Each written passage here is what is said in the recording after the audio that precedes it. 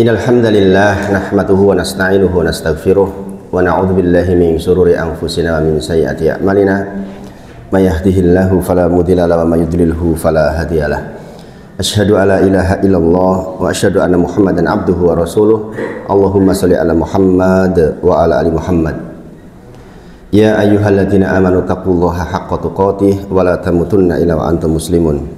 Subhanaka la ilma lana illa ma 'allamtana innaka antal alimul hakim. Rabbi shrah li sadri wa yassir li amri wa hlul 'uqdatam min lisani yafqahu qawli. Amma ba'd. Bapak Ibu semuanya, kita tentu sangat bersyukur kepada Allah atas semua nikmat yang Allah titipkan kepada kita. Selalu mengingatkan bahwa nikmat ini titipan yang pada saatnya nanti dimintai pertanggungjawaban. Maka pastikan kita termasuk orang-orang yang menyiapkan jawaban yang baik terhadap pertanyaan dari Allah untuk kita ketika dihisab kelak, dengan cara kita beramal soleh sehingga setiap pertanyaan terhadap titipan nikmat ini betul-betul kita menjadi pantas dan dipantaskan masuk surganya Allah Subhanahu wa taala. Salawat dan salam kita sampaikan kepada junjungan kita Nabi Agung Muhammad sallallahu alaihi wasallam. Kita sangat berharap menjadi orang-orang yang ditakdir oleh Allah untuk bisa mengikuti risalahnya, dimudahkan di dalam mengaplikasikan seluruh risalahnya, dan dihindarkan dari berbagai macam hal buruk terkait dengan sunnah-sunnah Nabi Muhammad SAW yang sebagian orang bahkan menentangnya. Dan mudah-mudahan kita termasuk orang yang dilembutkan hatinya jikalau ada fatwa para ulama yang terkait dengan hukum-hukum kontemporer yang terjadi di zaman sekarang. Kita tidak termasuk orang yang menentang, tetapi dilembutkan hatinya sehingga kita termasuk orang-orang yang dimudahkan untuk mengikuti fatwa-fatwa tersebut, insya Allah. Karena hari ini begitu banyak fatwa yang kemudian justru ditentang oleh masyarakat. Sampai jadi bahan pembahasan kita tentang son horek, kita jadi perdebatan itu di TV. Ada yang mendukung, ada yang menentang. Jadi bicara hukum, Bapak Ibu semuanya, walaupun kita belum bisa melaksanakan, jangan mengatakan hukum berubah. Katakanlah kita masih suka musik misalnya, di Madzhab Syafi'i itu paling keras di masalah musik, masalah musik bahwa itu tuh haram hukumnya, tanpa sedikit pun pengampunan. Tetapi kadang-kadang sebagian orang kan masih pakai, entah untuk alasan apa, untuk alasan motivasi, kadang-kadang masih pakai musik dan sebagainya. Nah, menyikapi hal itu, bicara hukum kita tuh masih mengatakan sesuai dengan hukumnya, halal ya halal, haram ya haram. Persoalan kita belum bisa, itu persoalan dosa tersendiri maksudnya. Jadi ya termasuk di organisasi Muhammadiyah misalnya, kan masih termasuk yang mengizinkan dalam beberapa hal. Ya dalam hal itu kita sikapnya adalah ya hukum tetap hukum, persoalan belum bisa itu cerita yang lain. Orang masih merokok misalnya, iya masih merokok, iya saya masih merokok, tapi jangan mengatakan kemudian jadi halal karena kita itu. Ya saya melakukan ini dengan sadar sepenuhnya bahwa saya melakukan dosa, sudah itu nanti di sisi Allah insya Allah lebih mudah hisabnya daripada kita memaksakan diri untuk mengatakan halal kok itu halal, sementara kita nggak punya dalil. Ini jadi soal di dalam persoalan hisab nanti. Jadi sekali lagi, jika ada hukum datang, kita taat kepada hukum. Persoalan belum bisa, itu persoalan dosa tersendiri. Jangan pernah menjadikan hukum yang halal menjadi haram atau yang haram menjadi halal karena kita. Dan ini banyak terjadi. Kita berlindung kepada Allah dari hal yang sedemikian. Apalagi kita sudah tua, kita sudah mau balik kepada Allah Subhanahu wa taala. Perjalanan kita tinggal sedikit, sudah mau bertemu dengan Allah Subhanahu wa taala, maka kita berharap menjadi orang-orang yang dimudahkan untuk taat kepada Allah Subhanahu wa taala. Waktu kita tinggal sedikit, Bapak Ibu semuanya. Sehingga kita harus bisa memanfaatkan sebaik mungkin. Kita sudah menempuh perjalanan yang sangat panjang. Dari sejak kita lahir sampai hari ini, sebagian sudah 60 tahun, sebagian sudah 55 tahun. Ya ayyuhal insan innaka kadihun ila rabbika kadahang famulakih. Kata Allah, setiap kalian itu berjalan dengan susah payah menuju kepada Allah Subhanahu wa taala. Begitu lahir di bumi, saat itulah dimulai perjalanan kita. Dan itu dalam kondisi yang kepayahan. Kan kepayahan toh? Susah dengan berbagai macam problematika hidup, harus mencari nafkah, harus menghidupi istri, kadang sudah dinafkahi enggak sesuai harapan dan lain sebagainya. Kadang famu lagi, dan pasti akan ketemu Allah Subhanahu wa taala. Jadi kita sudah berjalan panjang, pengalaman cukup banyak, maka jadikan sisa umur betul-betul menjadi perjalanan yang indah, sehingga pada akhirnya kita akan masuk ke surganya Allah Subhanahu wa taala. Insya Allah, insya Allah. Baik Bapak Ibu semuanya, kemarin kita sampai di kaidah yang keempat kita bacakan, saya ulang sedikit tentang suatu ketika Suraqah bin Malik bin Ju'sham datang kepada Rasulullah seraya berkata, ya Rasulullah, terangkanlah kepada kami agama ini seolah-olah kami baru diciptakan. Apakah hakikat amalan hari ini? Apakah karena telah tertulis oleh pena yang telah kering dan takdir yang pasti berlaku, ataukah amalan yang harus kita hadapi? Rasulullah menjawab, tidak, tapi karena pena yang telah kering dan takdir yang mesti berlaku. Jadi kita sadar sepenuhnya Bapak Ibu bahwa kita sekarang hanya menjalani takdir saja. Lalu Suraqah berkata, lalu untuk apa kita beramal? Toh kita sudah ditulis, kita sudah ditentukan nasibnya. Maka Rasulullah menjawab, beramallah karena semuanya akan dipermudah. Jadi Allah akan mempermudah jalan takdir kita. Dasarnya wong calon surga yo digampangke bab-bab sing apik, gitulah kira-kira. Dasarnya calon neraka ya dilalai gampangnya sing elek-elek, karena masing-masing orang akan dipermudah, kata Rasulullah Shallallahu Alaihi Wasallam. Karena kita tidak tahu akhir kita di mana, maka coba telaah, saya itu dipermudah dalam hal kebaikan atau dipermudah dalam hal keburukan, itu aja. Jadi indikasinya kita hanya bisa lakukan itu, karena kita sama-sama tidak tahu ujung kehidupan kita. Nah, Rasul kasih panduan apa? Beramalah karena semuanya akan dipermudah. Sudah mulai nek jenengan kok gampangnya gak biasanya lek ya kira-kira lagi menuju neraka lah. Ini nek jenengan kok gampangnya sing apik. Insya Allah dalam rangka menuju ke surga. Ngaji kok yo gampang, sedekah yo gampang. Ada loh Pak Ibu, orang ngaji hasil ngajinya bertengkar dengan orang lain, itu ada. Itu dipersulit dalam ngaji itu. Nggih, ada orang ngaji kemudian hasil ngajinya jadi menyalah-nyalahkan orang lain terus, ada ya kayak gitu. Itu artinya apa? Dia dipersulit dalam ilmu itu. Di zaman sekarang ya, orang sudah mau ke masjid saja alhamdulillah toh. Gini apa? Orang istimewa. Lah kok wis teng masjid terus dihukumi ini itu, subhanallah. Nah ini kita sedang menuju kemana kalau begitu ya? Ingat, pilihan atas fikih itu masing-masing. Nanti kita bertanggung jawab masing-masing. Jadi itu bertanggung jawab masing-masing ya. Jadi tidak bertanggung jawabkan perbuatan orang lain. Maka kita itu sibuknya memilih yang paling cocok dengan Rasulullah Shallallahu Alaihi Wasallam. Itu saja tugas kita sebenarnya. Adapun orang lain, kita menyampaikan hukum-hukum iya, tapi bukan dalam rangka untuk menjadikan kita bertengkar karena itu. Katakanlah kita menyampaikan hukum, kemudian orang itu nggak memilih itu, kemudian kita menyalah-nyalahkan, ngapain? Nggak perlu sama sekali. Tujuan kita menyampaikan supaya bagus dakme, lah kok dakwah jadi bertengkar itu gimana? Kan berarti nggak sesuai itu tujuan dakwah atau itu. Dakwah itu merangkul bukan memukul. Jadi dirangkul seluruhnya. Nah, saya katakan di forum, cuma kalau fikih jadi imam memang harus mempertimbangkan jamaah.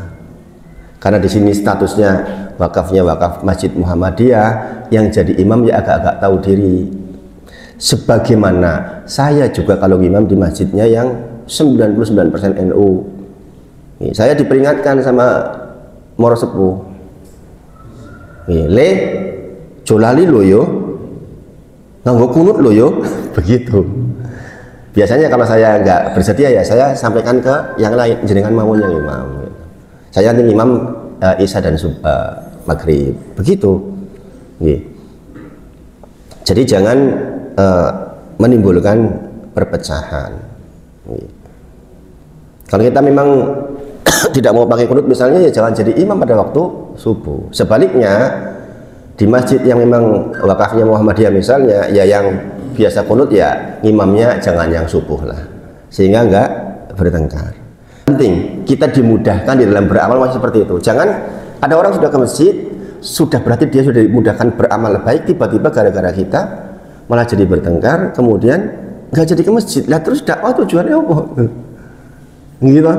Yang di luar masjid aja banyak banget yang belum ke masjid, ya udah sama-sama di masjid kok terus bertengkar. Nah ini saya berharap betul mudah-mudahan kita ngaji menjadi lebih lembut hatinya. Perhatikan pokoknya kalau dakwahnya kita kok membuat akhirnya jadi bertengkar, itu yakin itu masalah, itu pasti bermasalah. Coba jangan perhatikan orang-orang yang dulunya keras banget, nanti ujung-ujungnya di masa tua akan ketemu seperti yang saya sampaikan. Akan ketemu seperti itu. Dan biasanya minta maaf terhadap apa yang sudah lalu. Nah ini jadi bahan perhatian. Saya memperhatikan itu sudah lama Bapak Ibu semuanya. Memperhatikan sejarah ulama maksudnya dari A, B sampai akhirnya bagaimana. Memang harus ada orang yang hitam putih ya. Seperti kalau di orang-orang salaf ada Ustadz Abdul Qadir Jawas rahimahullah ta'ala. Saya suka sama beliau karena beliau tegas gitu. Tetapi ada waktunya orang-orang yang menjadi penyambung lidah di sisi lain yang melembutkan. Jadi begitu nih. Jadi pada bagian mana kita berdakwah itu yang dijadikan poin. Ujung-ujungnya tetap harus pada kebaikan. Ada kebaikan.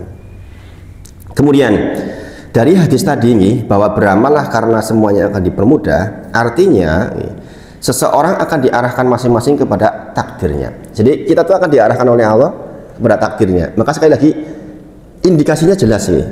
Indikasinya kalau jenengan kok lomoh misalnya, jenengan kok gampang ternyuh untuk menolong orang lain, jenengan kok digawe tangi kok enteng, itu insya Allah ciri-ciri jenengan menuju ke surganya Allah Subhanahu Wa Taala. Karena bahkan orang yang buruk pun ketika hendak ke surga harus dirubah dulu jadi baik ujungnya, gitu. Orang mau masuk surga berdasarkan hadis, maka orang elek pun harus dirubah dulu di akhirnya menjadi baik baru kemudian masuk surga. Berarti kan jelas ini. Kalau hari ini kita dalam kondisi dimudahkan dalam kebaikan, kok delalai nanti sore meninggal, insya Allah husnul khotimah, gitu. Nah itu yang kita ingin. Sementara kita nggak tahu ujung kita itu kapan, maka betul-betul kita menganggap ini hari terakhir kita. Ini hari terakhir kita, ini waktu terakhir kita, ini sholat terakhir kita. Ini hari terakhir kita, ini sholat terakhir kita, ini waktu terakhir kita. Begitu terus. Sehingga jenengan akan efektif hidupnya insya Allah. Saya kalau udah mulai ngelihat apa yang nggak perlu, itu digeplek sama istri beneran. Nonton apa itu. Ini kan akhirnya kita perlu diingatkan oleh orang lain. Sehingga akhirnya balik lagi kepada hal yang lebih penting. Lah ya bayangin Bapak Ibu semuanya, ngapal Quran seayat wit sedinora. Bayangin, ngapal Quran sehari seayat ora kok iso sempet semutnya nonton sinetron berjam-jam misalnya. Coba jenengan pikirin coba. Jangan-jangan kita lagi menuju ke neraka itu. Ya kan? Sedino seayat ora. Padahal itu petunjuk. Jenengan lihat, ada orang mu'alaf baru masuk Islam. Dia mengatakan, sepanjang saya jadi seorang muslim, baru beberapa bulan, saya sudah tamat dengan pemahaman bahasa terjemah orang Jepang itu sudah 3 kali. Bayangin, jenengan jadi Islam sudah 50 tahun, ojo jurung pernah tamat terjemah pisan-pisan we. Coba orang baru masuk Islam, jangan tahu nggih, orang seburuk apapun masuk Islam no loh, mereka nggak dianggap punya dosa loh. Walaupun masa lalunya kelam luar biasa buruknya, begitu masuk Islam dihapus semua dosanya loh. Seperti bayi baru lahir. Kemudian begitu dia jadi bayi baru lahir, dia baca Quran. Karena orang Jepang terjemah. Sudah 3 kali tamat, ditanya apa di antara ayat yang paling menarik menurut panjenengan? Dia menjawab ada satu ayat yang menakjubkan, yaitu ketika Allah berfirman, Allah tidak akan merubah suatu kaum sebelum kaum itu untuk mencoba merubah dirinya. Makanya saya Karena saya mau berubah, saya kan harus tahu aturannya. Maka dibacalah itu Al-Quran. Bayangin Bapak Ibu, jangan-jangan kita telat tuh. Kita udah lama hidup jadi orang muslim, jangan-jangan sekali aja belum tamat tentang terjemah Quran, sementara kita tidak pintar bahasa Arab. Dan terus jadi petunjuk bagaimana. Maka sekali lagi, memang kita akan bisa merasa sebenarnya kita sedang diarahkan kemana. Kuduroso dewe, hari ini tuh saya baik sama eleknya banyak mana ya? Kan kerasa Bapak Ibu. Dan yang tahu kan jenengan, bukan orang lain. Kalau orang lain lihat dohirnya, ketok ewe api, tapi yang tahu kan kita. Kita sendiri yang tahu. Di salah satu masjid saya sedang membahas tentang bab niat kemarin ya. Jadi bab tentang memperbaiki niat terus setiap waktu. Bab yang sangat penting ya. Dulu di Mahat dipelajari tiap hari itu. Ya. Jadi sekali lagi, orang akan diarahkan oleh Allah kepada takdirnya. Oleh karenanya dalam satu hadis Nabi Muhammad SAW juga bersabda, nah ini yang di hadis arba'in sebenarnya kita sudah pernah baca, wa'lam, ketahuilah bahwa ini hadis arba'in nomor 19 kalau nggak keliru, wa'lam annal ummata, ketahuilah jikalau seluruh umat lawijtama'at ala an yanfa'uka bisyai'in, berkumpul untuk memberikan manfaat kepada panjenengan. Wong sak gunung sempuh berkumpul semuanya dalam rangka untuk memberikan kebaikan kepada salah satu di antara panjenengan. Bisyai'in, dengan sesuatu, lam yanfa'uka illa bisyai'in qad katabahullahu laka, maka enggak akan bisa memberikan manfaat kepada panjenengan kecuali sesuatu yang sudah ditulis di Lauh Mahfuz bahwa panjenengan akan dapat manfaat itu. Kalau enggak bisa, walaupun berkumpul semua orang, menunjukkan bahwa orang itu ya dapat sesuai dengan tulisannya itu dan akan dimudahkan diarahkan ke situ. Kemudian dikatakan wa ini ijtama, demikian juga jika berkumpul seluruh umat ala yaduruka, untuk memberikan keburukan kepada panjenengan, bisyai'in, dengan sesuatu, lam yaduruka, enggak akan pernah bisa mencelakai jenengan, illa, kecuali bisyai'in, dengan sesuatu, qad katabahullahu alaik, kecuali sesuatu yang Allah ditakdir oleh Allah bakal menimpa kita. Maka Bapak Ibu semuanya, kita sebenarnya nggak perlu takut menghadapi kehidupan itu, nggak perlu takut, karena sudah kita harus meyakini rancangan terbaik itu ya rancangan Allah. Jangan mengeluh terhadap sesuatu yang tidak bersesuaian dengan diri kita. Kan nggak semuanya sesuai dengan keinginan kita, atau Bapak Ibu.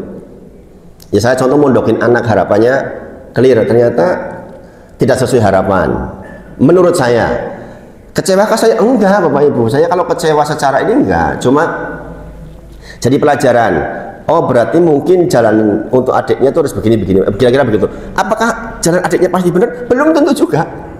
Belum tentu juga. Jadi betul-betul kita mensyukuri step-stepnya, karena ternyata semuanya sudah Allah atur dengan sangat rapih. Adapun catatan malaikat bisa berubah karena malaikat tidak tahu isi Lauhul Mahfuz, sebagaimana kita bahas minggu lalu. Dan perbuatan yang ada pada catatan malaikat tersebut telah ada di Lauhul Mahfuz. Allah berfirman di dalam Quran surah Ar-Ra'd ayat 39. Quran surah Ar-Ra'd ayat 39. Jadi ini jelas ini. Maksud ayat ini itu terkait dengan catatan malaikat. Jadi perhatikan betul nih. Yamhullahu ma yasha wa yusbit wa indahu umul kitab. Allah menghapus dan menetapkan apa yang dikehendaki, mayasya, apa yang dikehendaki, dan di sisinya terdapat umul kitab. Ayat ini itu maksudnya merujuk kepada takdir yang dicatat oleh malaikat. Jadi malaikat itu mencatat, Allah bisa saja menghapus catatan itu, menggantinya dengan yang lain. Tetapi menghapus dan menggantikan dengan yang lain itu sudah ada di Lauh Mahfuz. Begitu maksudnya. Sebagaimana kita membagi kembali ada takdir umri, takdir tahunan, takdir harian, begitu. Nah nanti kita hubungannya dengan doa. Maksudnya adalah perubahan-perubahan yang Allah tetapkan pada catatan malaikat pada dasarnya telah ada atau tercatat di Lauhul Mahfuz. Jadi jangan dipahami bahwa perubahan catatan yang ada pada malaikat menunjukkan bahwa catatan di Lauhul Mahfuz itu juga berubah, bukan begitu. Jadi kalau yang di Lauhul Mahfuz itu sudah diangkat pena, sudah kering. Rufi'atil qalam wajafatis suhuf, kolam sudah diangkat, berarti udah nggak ada tulisan lagi perubahan. Wajafatis suhuf, suhuf sudah ada kering, artinya sudah nggak ada perubahan, nggak dihapus. Nah ini nanti sebagian kelompok yang menyimpang tuh di sini menyimpangnya. Nanti kita bacakan nih. Jadi ada kelompok yang menyimpangnya di bagian itu. Dikatakan nih, misalnya di kalimat ini, Rasulullah bersabda, la yaruddu qada'a ila du'a. Tidak ada yang dapat mencegah takdir kecuali doa. Nah ini kan kita agak sedikit berpikir, katanya takdir sudah tetap, tidak ada perubahan, sudah diangkat pena, sudah kering. Lah kok di sini Rasulullah bersabda tidak ada yang dapat mencegah takdir kecuali doa. Berarti takdir meh kedadian dicegah rasido tadi goro-goro doa. Oh takdirnya yang malaikat ini kecelakaan. Oh ternyata orang ini berdoa, ya Allah, bismillahirrahmanirrahim, Allahi la haula wala quwata illa billahil aliyil azim, subhanalladzi sakhkhara lana hada, dan seterusnya. Sehingga kemudian catatan takdir dirubah, ora sido tabrakan. Paham Bapak Ibu? Ini di bagian mana? Di bagian takdir yang dicatat oleh malaikat. Tapi bahwa orang ini arep mangkat berdoa, ini kumpul ditulis teng Lauh Mahfuz. Paham Bapak Ibu? Paham nggih? Sehingga terjadilah kalimat berikutnya, tidak jadi kecelakaan. Itu di Lauh Mahfuz sudah ditulis. Itu nggih. Jadi jangan saya bingung, jarine wis ora berubah. Lah kok jarine ndonga terus bisa berubah? Kata Rasulullah itu sahih, ya kan? Maksudnya seperti itu nggih. La yaruddu qada'a ila du'a. Tidak ada yang mencegah takdir kecuali doa. Wala yazidu fil umri illal birru. Tidak ada yang bisa menambah umur kecuali kebajikan. Kaya-kaya tuh kok umurnya udah ditambah sih, maunya 15 jadi 20 misalnya, ya kan? Maksudnya seperti itu nih. Ini catatan malaikat dengan catatan di Lauh Mahfuz. Nah ini sebenarnya hikmahnya besar sekali nih, bahwa kita itu diberi kehendak. Makanya kemarin di antara kekeliruan adalah menjadikan takdir sebagai alasan kita bermaksiat. Nanti kita akan bacakan hal-hal seperti itu di orang-orang yang keliru. Ini orang-orang keliru. Maksudnya adalah karena doa yang dipanjatkan, maka Allah perintahkan malaikat untuk merubah catatan takdir yang ada pada catatan malaikat. Paham ya? Bismillahirrahmanirrahim. Namun peristiwa perubahan catatan yang ada pada malaikat itu telah dijelaskan oleh Allah di Lauhul Mahfuz, di kitab induknya. Ini insya Allah kalau jangan paham ini, jangan nggak akan tersesat masalah takdir. Nggak akan, dan nggak akan bingung insya Allah. 50.000 tahun sebelum penciptaan langit dan bumi sudah ditulis. Tentunya di balik ini semua ada hikmah yang Allah kehendaki, yang mungkin saja kita tahu dan mungkin saja kita tidak tahu. Itu yang saya bilang, bahwa kalau bicara takdir kita nggak harus menuntut semua hikmahnya kita paham. Nanti di surga akan dibuka itu. Nah Bapak Ibu semuanya, demi Allah kalau jangan paham ini akan nikmat. Saya ditakdir oleh Allah jadi pendakwah, ditakdir hijrah, ditakdir tidak punya rumah hari ini. Bapak Ibu semuanya, saya masih ngontrak, hidup sangat sederhana lah. Manusiawi, satu waktu kadang-kadang pengen punya tempat yang normal seperti dulu. Terlebih ketika keluarga mau datang, moro sepuh mau datang, mau tidur di sebelah mana, kita tuh kadang-kadang mikir. Orang sudah sepuh, ke belakangnya harus pakai yang duduk, di rumah nggak yang duduk, menghambatkan. Kadang-kadang terasa Bapak Ibu, kadang-kadang di hati itu terlintas, kayak diiris-iris gitu. Susah menggambarkannya lagi. Itu sangat menguras energi demi Allah. Ketika ada rasa itu, ada perasaan itu kesehatan mungkin turun 50%. Istri saya itu sampai paham, ayah kalau lagi mikirin yang kayak gitu langsung pucat, langsung pucat. Jadi saya nggak tahu secara biologis begitu. Tapi begitu ingat ini, itu sembuh seketika. Saya sangat meyakini takdir yang Allah tetapkan pada saya adalah takdir terbaik, termasuk saya belum punya rumah sekarang. Sudah beberapa kali kan saya mau dibelikan rumah, ini turun kejadian. Yang terakhir meninggal orangnya. Jadi memang dipaksa oleh Allah untuk belum. Dan saya pada kondisi normal nggak mikir sebenarnya, tapi pada kondisi ketika mau keluarga mau datang ikut mikir. Nah, ketika ingat bahwa hikmahnya nanti akan dibuka oleh Allah, yakin kita akan dibuka oleh Allah di surganya nanti.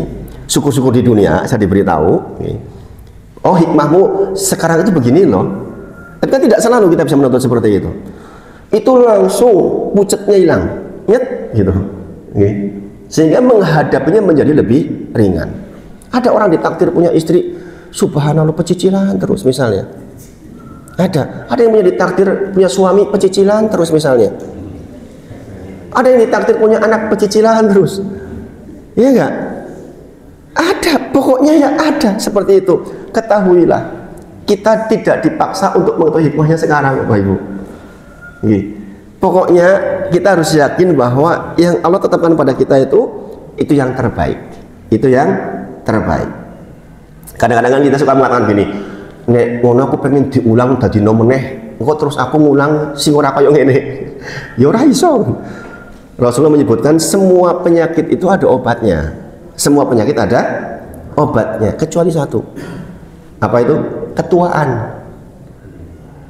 Wis 70 balik 17 ora iso. Buatan sakit Ibu. Ya sudah, yang sudah lewat sudah tertulis sudah. Kita yang ke depan itu yang diperbaiki. Wis bacut orang Jawa bilang. Nggih. Nah, Bapak Ibu semuanya, maka kita sudah pahami itu, nggih. Sehingga di sini ada bagan sebenarnya, nggih. Bagannya tentang kesimpulan yang kita bahas. Nanti suatu ketika mudah-mudahan saya bisa bawa gambarnya, nggih. Sekarang kita lihat. Nah, ini bagian penting Bapak Ibu. Ini akan ketemu orang-orang jenis ini di luar, yaitu penyimpangan dalam masalah takdir. Jadi kan sudah paham konsepnya tuh. Sekarang mengapa terjadi penyimpangan-penyimpangan? Kenapa sebabnya? Apa jalan pikirannya? Kita bahas sedikit-sedikit ini. Beriman kepada takdir butuh terhadap ketundukan terhadap dalil. Ini poin, gitu. Ini poin. Beriman kepada takdir membutuhkan keadaan diri di mana kita tunduk pada dalil. Ini dulu pokoknya. Sebagaimana Rasulullah menyebutkan, jikalau bicara dengan takdir, tahan. Ditanyakan kepada Imam Ali, bicara tentang takdir seperti jalan yang sangat gelap, jangan kau lewati ya. Bicara tentang takdir, kata beliau, seperti lautan yang sangat dalam, jangan kau nyebur ya. Maka Ali menyebutkan takdir adalah bagian dari rahasianya Allah. Ya dengan maksa rahasianya Gusti Allah kok dengan maksa gitu. Makanya orang-orang yang memaksakan itu biasanya menyimpang. Dudu wong bodoh loh Bapak Ibu. Jangan perlu tahu, penyimpang takdir itu bukan orang bodoh. Orang pinter, bahkan sebagian ulama besar.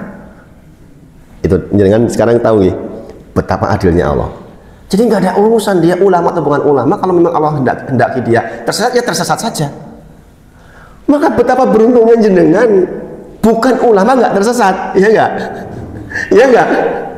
Sing ulama wae sing sinau akeh meni iso tersesat. Nek Gusti Allah karep. Kok jenengan dudu ulama kok ora tersesat? Bersyukur mboten? Bersyukur banget Bapak Ibu. Demi Allah bersyukur banget. Jenengan ora sinau ribuan kitab kok ora tersesat. Oh, Masya Allah. Masya Allah. Kita lihat nih, ada nanti orang yang muridnya Hasan Al-Basri tersesat. Muridnya Hasan Al-Basri loh Bapak Ibu. Wong pinter pol itu yang saya katakan dulu. Wong ceramah orang nganggo huruf R kok iso niku pripun? Assalamualaikum warahmatullahi. Dia itu bisa ceramah panjang orang nganggo huruf ro. Padahal niku didadak loh. Bukan dirancang. Maksudnya mau dijebak orang ini ulama, nggak bisa ngomong huruf ro. Ini loh. Dijebaklah sama teman-temannya untuk ceramah menyambut perhelatan besar. Dia bisa ceramah setiap kali ada huruf ro, dia cari yang semisal tanpa huruf ro. Ulak pinter banget, ning tersesat. Bayangin Bapak Ibu. Wong pintere kaya ngono iso tersesat. Lah kita rapati pinter nek ora tersesat, alhamdulillah. Nggih. Belajar cuma Rabu, Sabtu, ora tersesat niku beruntung jenengan niku. Sing sinau pendak dina wene disesatke iso wae. Nggih. Jadi beriman kepada takdir membutuhkan keadaan di mana kita tunduk kepada dalil. Sebab kemampuan akal manusia yang terbatas sebagaimana kita sudah bahas, sebagaimana mata terbatas, kuping terbatas, maka otak pun terbatas. Itu harus kita sadari betul. Ojo gemampang istilahnya orang Jawa bilang. Hal ini telah diingatkan oleh para ulama sejak dulu. Mereka mengatakan bahwa al-qadaru sirullahil miktum, bahwa takdir itu adalah rahasianya Allah yang tersembunyi. Yang tersembunyi, wis tersembunyi digoleki. Repot nih. Perkara takdir nggih tidak Allah buka kepada siapapun, tidak kepada malaikat, tidak kepada Nabi Muhammad sallallahu alaihi wasallam.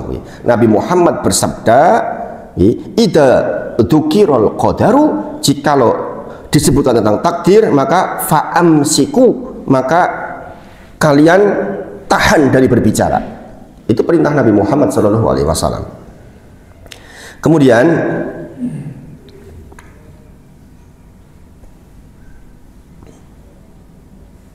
nah ini bagian-bagian ini memang bagian-bagiannya agak kritikal banget, kita harus agak hati-hati.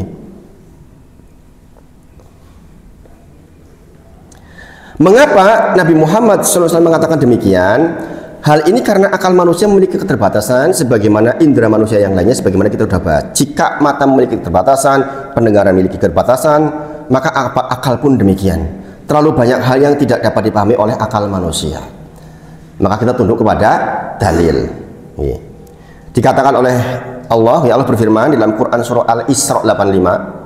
Quran surah Al-Isra ayat 85, wa ma utitum minal ilmi illa qalila. Jelas gitu Bapak Ibu. Pokoknya walaupun jenengan profesor, ingat ayat ini nih. Makanya kalau saya ngobrol sama teman-teman yang sudah jadi profesor sekarang, tetaplah ingatkan ayat ini. Wa ma utitum minal ilmi illa qalila, dan tidaklah kamu diberi ilmu oleh Allah melainkan satu wil. Cuma sedikit. Makanya kalau ada orang sombong dengan ilmunya, subhanallah, apa-apaan kok sombong gitu. Quran surah Al-Isra ke 85. Bagaimana mungkin seseorang dapat memikirkan tentang perbuatan Allah seperti memikirkan mengapa Allah berbuat begini dan begitu, sedang ilmu Allah sangat luas.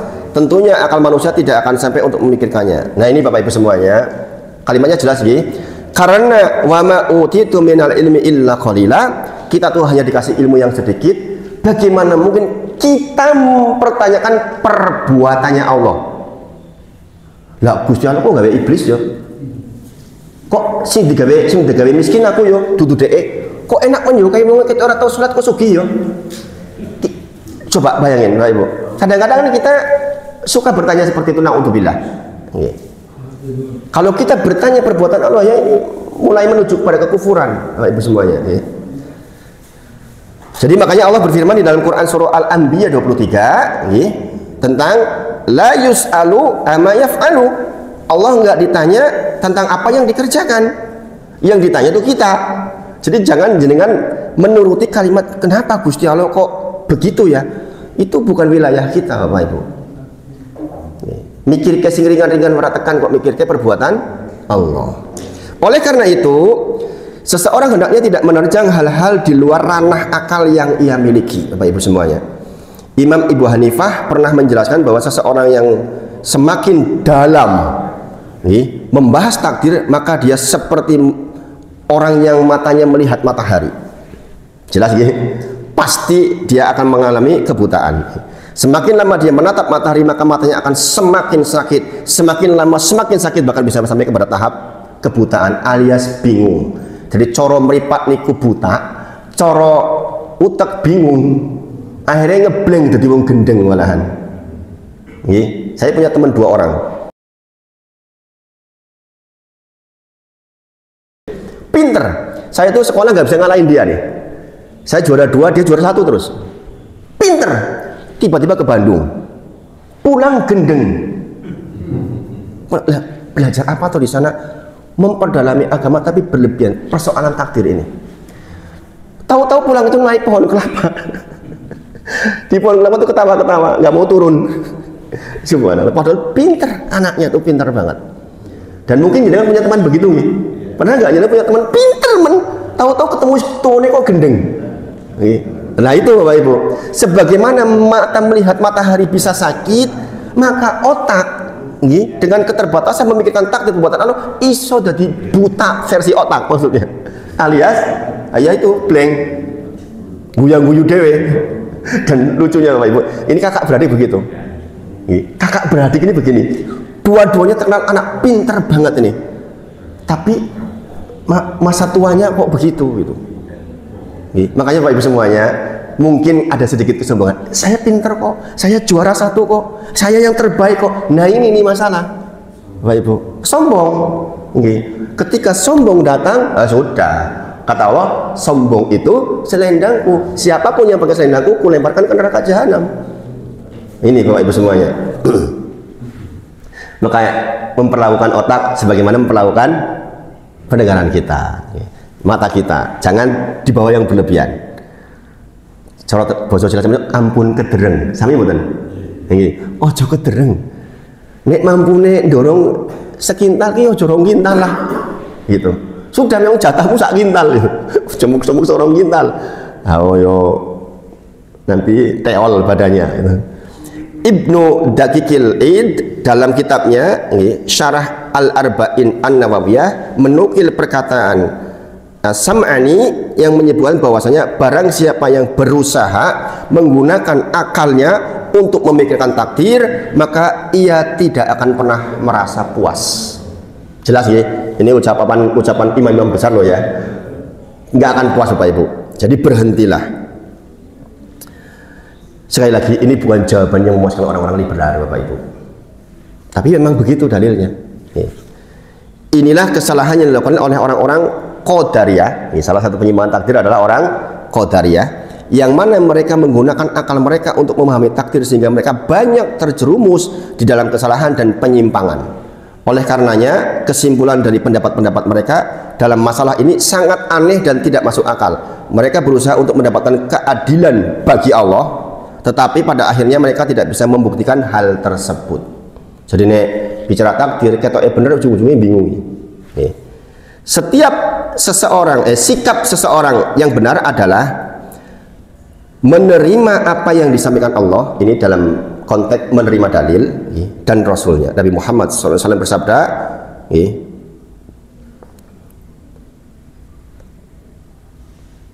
wa tu'minu bil qadari khairihi wa syarih, yaitu rukun iman kita yang ke-6.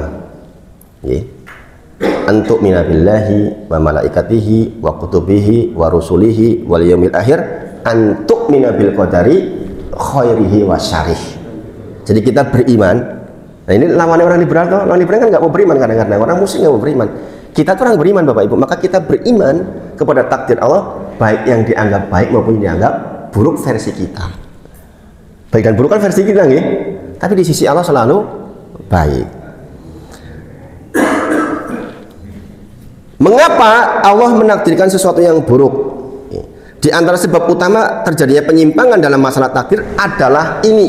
Nah ini Bapak Ibu. Maka kalau jenengan ketemu orang tanya tentang ini, jenengan segera beri jawaban. Sebab orang itu bingung di sini. Mengapa Allah mentakdirkan hal yang buruk? Gusti Allah kan gampang wae, ora usah nganggo sing elek-elek terus jadi apik. Itu loh. Mulai error enggak itu? Memangnya Gusti Allah nggak mampu untuk membuat orang jadi baik, kon data-data digawe elek di terus apik. Ayo, mulai error enggak itu? Ayo mulai gemblung itu. Kan gitu tuh pemikirannya. Kita bicara dokter mengamputasi baik nggak?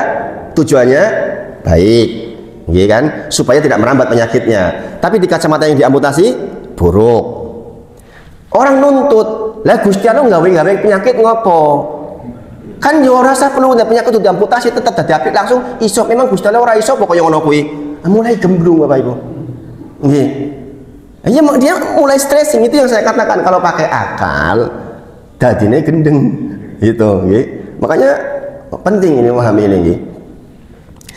Jawabannya adalah karena Allah menghendaki sesuatu yang baik, hikmah dibalik keburukan tersebut. Nah itu yang disoal oleh mereka. Menghendaki kebaikan kok gawe sing elek dhisik. Langsung gue sing apik ngopo? Nah, ora rampung to niku. Rampung mboten ning niku niku. Ora rampung.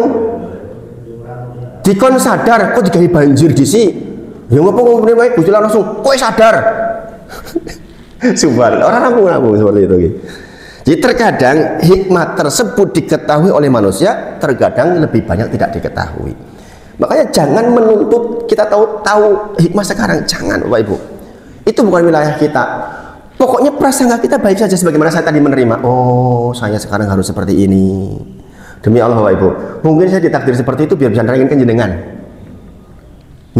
Kalau saya nggak begitu kan saya nggak bisa nerangin begini nih. Alah Pak Wahid jenengan nerangi kaya ngono sampean uripe penak men kok. Jenengan bisa mengatakan seperti itu kan? Alah sampean sugih kowe kok penak men kowe ora cerita-cerita kaya ngono ora pernah ngalami kan gitu. Iya enggak? Sekarang saya ngalami Bapak Ibu. Sehingga cerita saya cerita yang saya alami betulan. Saya betulan mengalami itu semua. Susahkah? Insya Allah enggak Bapak Ibu. Jadi kalau saya ditanya jujur ya nih, susah menikah karena itu enggak Bapak Ibu. Enggak. Istri saya ditanya, susah banget orang. Istri saya Bapak Ibu enggak pernah loh Bapak Ibu menanyakan, enggak pernah sekalipun insya Allah menanyakan hari ini ada uang berapa, enggak pernah. Enggak pernah sama sekali. Masya Allah. Itu rezeki itu buat saya tuh dikirimin istri begitu itu. Enggak pernah nanya minta uang, enggak pernah. Sejak saya nikah sampai hari ini loh belum pernah ya minta uang, belum pernah. Ada ya jalan, nggak ada ya udah diem. Itu. Nah itu juga takdir baik loh itu. Takdir yang mengiringi sesuatu yang memang harus terjadi pada saya. Oh serba kurang tapi dilalui bojone ya ora terus nuntut misalnya. Masya Allah. Mudah-mudahan yang hadir juga begitu ibu begitu ibu. Masya Allah. Oh cuma lah pengen tas ngergane 1 juta. Bapak ini ora tau nuke tas apik karo aku. Gak karo kowe Pak. Nah ini masalah iki. Bapak ini wis dodo. Jadi sekali lagi terkadang hikmah ketahuan kadang-kadang tidak. Oleh karenanya iblis, Fir'aun, Abu Jahal adalah keburukan. Kemudian akan tetapi Allah menciptakan mereka bukanlah keburukan. Ingat Allah menciptakan mereka bukan keburukan loh ya. Kita harus yakin, terima dalil.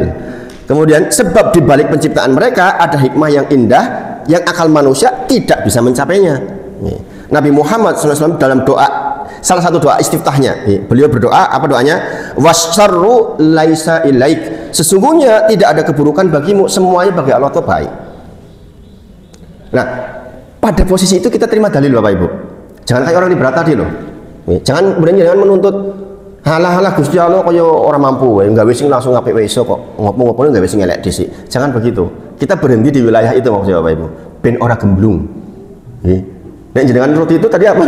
Iso gemblung Bapak Ibu. Ini loh teman saya. Pintere pol-polan tapi munggah pohon kelapa guyu-guyu dhewe.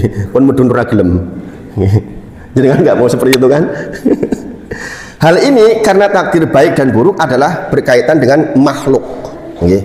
Adapun perbuatan Allah menciptakan keburukan, di balik itu ada hikmah yang Allah kehendaki. Allah berfirman di dalam Quran surah Ar-Rum 41. Quran surah Ar-Rum 41, aral fasadu fil bari wal bahri bima kasabat aydinas. Sudah terjadi kerusakan di bumi ini akibat perbuatan manusia. Kemudian Allah takdirkan dari keadaan itu pohon ditebangi, gundul hutan, maka Allah takdirkan banjir agar orang-orang merasakan kilo hasil perbuatanmu kilo gunduli dadine iki banjir. Maka baliklah kepada Allah, tanduri meneh sing api-api begitu. Kadang-kadang Bapak Ibu kita itu begitu, baik dalam kondisi longgar mau sempit itu orang itu cenderungnya melenceng. Dieki rezeki oke dolan wae, sekali waktu lagi dolan jungkel, la ilaha illallah ngerti koyo ngene ora dolan ben balik maksudnya. Paham Bapak Ibu?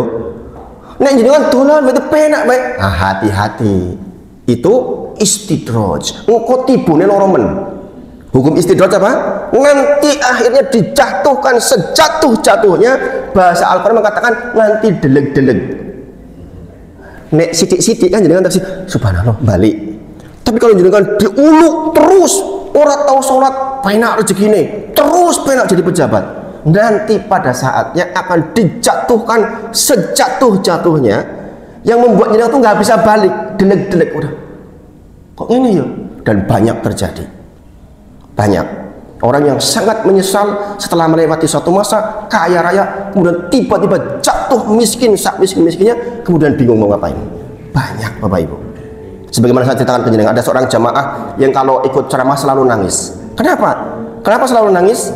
Karena Ustadz, saya waktu muda usaha, kemudian saya bangkrut total. Setelah tua saya punya tanggungan sangat banyak, saya sudah nggak produktif lagi. Saya nanti balik kepada Allah bagaimana? Apa saya masih pantas ngaji? Apa saya diampuni? Bukankah saya nanti balik bakal bangkrut ditagih di akhirat?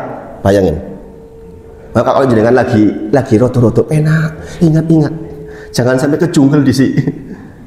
Insya Allah. Nah, ini memahami takdir, mudah-mudahan bisa membuat kita lebih bijaksana dalam memilih pilihan hidup ke depan. Pun kalau terjadi yang nggak enak, juga mudah-mudahan kita tahu bahwa itu pasti ada hikmahnya. Cuma kadang-kadang kita tidak tahu hikmahnya sekarang. Nah, ini pembahasan kita pagi ini. Saya kebetulan Abdul masuk jam 6:30 ini, jadi harus agak cepat pulangnya. Semoga Allah berkahi kita semua, semoga Allah sayangi kita semua, semoga kita termasuk orang-orang yang tidak menyimpang dalam hal takdir, karena ini bagian penting, ini rukun iman kita. Dan mudah-mudahan kita semua yang hadir hari ini termasuk penduduk surganya Allah Subhanahu wa taala. Kita berdoa kepada Allah, mudah-mudahan yang sakit diangkat sakitnya, yang susah diangkat susahnya, yang suaminya masih pecicilan mudah-mudahan jadi rapih baik, yang istrinya masih pecicilan sebaliknya mudah-mudahan jadi rapih baik, anak-anak juga kita menjadi anak yang soleh-soleha insyaallah. Kita tutup dengan kafaratul majelis. Subhanakallahumma wa bihamdika asyhadu alla ilaha illa anta astaghfiruka wa atubu ilaik. Wa akhiru da'wana alhamdulillahirabbil alamin. Assalamualaikum warahmatullahi wabarakatuh.